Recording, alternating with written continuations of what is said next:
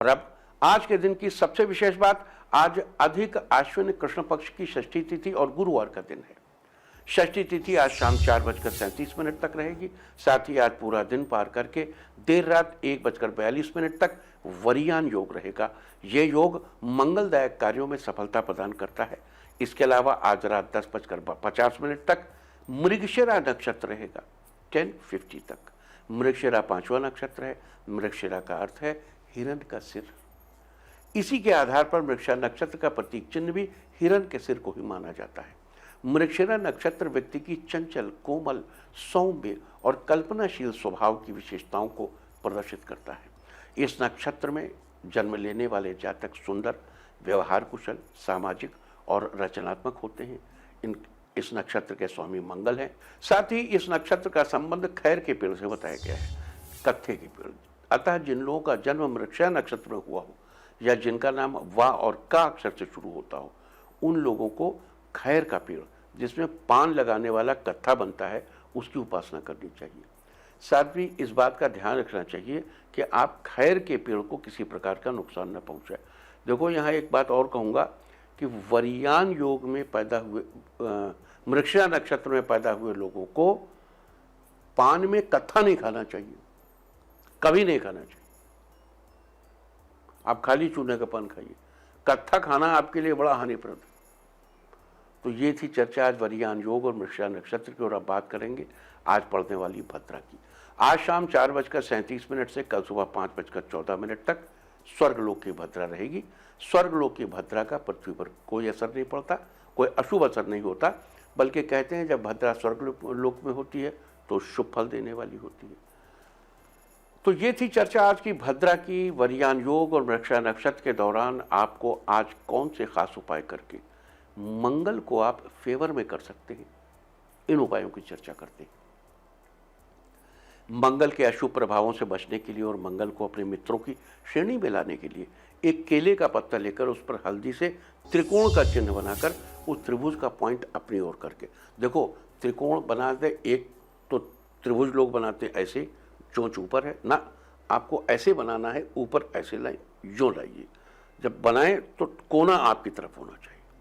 अब उस त्रिकोण के आगे नीम की 27 पत्तियां रखिए और केले के पत्ते के आगे पत्तियों के साथ ही घी का दीपक भी जलाइए। दीपक जलाने के बाद 108 बार ये मंत्र पढ़िए, अग्ने सख्यम वृणी महे, अग्ने सख्यम वृणी महे, अग्ने सख्यम वृणी महे।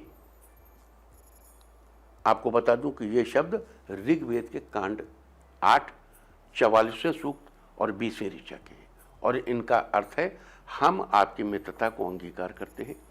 अतः इस मंत्र में मंगल से मित्रता की बात कही गई है। उपाय करने के बाद सारी सामग्री को किसी नदी या तालाब में प्रवाहित कर दें। आपको मंगल के अशुभ प्रभावों से जल्दी ही मुक्ति मिलेगी और शुभ फल प्राप्त होने लगेंगे। देखो, ये जो इस किस्म के प्रभाव हैं वो कहाँ लागू होते हैं? दुर्योधन ने श्री कृष्ण से कहा, श्री कृष्ण ने दुर्योधन को कुछ अच्छी बातें कही, तो दुर्योधन ने श्री कृष्ण से कहा, जानामि धर्मम न च मे प्रवृत्ति। हे श्री कृष्ण, मैं धर्म को तो जानता हूं लेकिन उधर मेरी प्रवृत्ति ही नहीं है। जानाम्य अधर्मम, मैं अधर्म को भी जानता हूं, न च मे निवृत्ति, उससे मेरी निवृत्ति ही नहीं होती। तो अगर आपको या किसी भी व्यक्ति को जीवन में कभी अक्सर लगता है कि वो अधर्म जानता तो है लेकिन अधर्म से छूट नहीं पा रहा है, और ये बता दूं कि धर्म के पथ पर चलना हमेशा श्रेयस्कर है। आपको पक्की जो विजय मिलती है, जो श्रेष्ठतर जीवन की स्थितियां बनती, धर्म के पथ पर ही चलकर मिलती है। ऐसी स्थिति में अगर आप जान्याम्य धर्मम न च मे निवृत्ति, मैं अधर्म तो जानता हूं लेकिन इस अधर्म से मेरी निवृत्ति नहीं हो पा रही, अगर ऐसी स्थिति में है कि जानामि धर्मम, मैं धर्म जानता हूं, न च मे प्रवृत्ति, मेरी उधर प्रवृत्ति ही नहीं हो पाती, ऐसी स्थिति से बचने के लिए मंगल का ये उपाय, ऋग्वेद की ये ऋचा रामबाण है, करके देखिए, बहुत फायदा होगा। ऐसा आपका जीवन सत्यम बद धर्मम चत का अवतार बन जाएगा। करिए। और अब आगे बढ़ते हैं अगले उपाय की तरफ। अगर आपके दाम्पत्य संबंधों की ऊष्मा कहीं गायब हो गई है और रिश्तों में तकरार भी बनी रहती है, तो दाम्पत्य संबंधों की ऊष्मा को बरकरार करने के लिए आज के दिन दर्जी की दुकान से एक बचा हुआ चॉकलेटी रंग का कपड़ा मांग ले और उस कपड़े से एक त्रिकोण की आकृति काटें। आप त्रिकोण का पॉइंट अपनी तरफ करके रखें और चॉकलेट रंग के कपड़े के कटे हुए त्रिकोण पर केसरिया सिंदूर में थोड़ा सा चमेली का तेल मिलाकर 18 बिंदियां लगाइए। फिर कपड़े को किसी एकांत स्थान पर ले जाकर रख दीजिए। अब उसके चारों ओर अपने जीवन साथी का नाम लेते हुए एक धारा में शहद लेकर गिरा दीजिए और बचा हुआ शहद वहीं पर छोड़ दीजिए।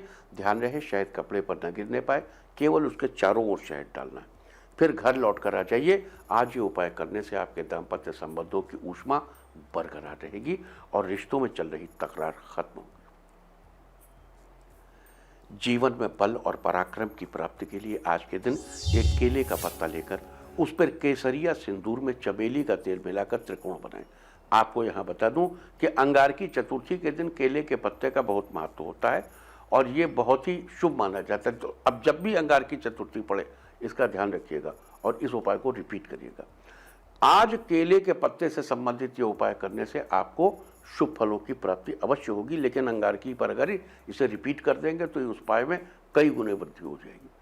तो केले के पत्ते पर केसरिया सिंदूर और चमेली के तेल से त्रिकोण बनाकर उसके बीच में चमेली के तेल के शीशी के और एक डिब्बी में या कागज की पुड़िया में 50 ग्राम सिंदूर रख लें और ये मंत्र पढ़े, अवंती समर्थम सुमेशासनस्थम, अवंती समुत्थम सुमेशासनस्थम, धरानंदनम रक्तवस्त्रम समीरे।